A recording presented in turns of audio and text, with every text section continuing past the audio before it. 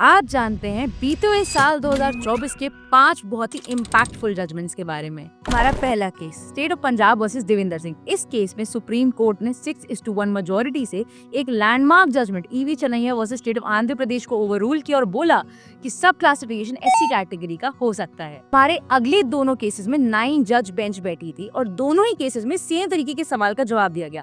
Mineral area development authority versus steel authority of India and state of UP versus Lalta Prasad Vaish.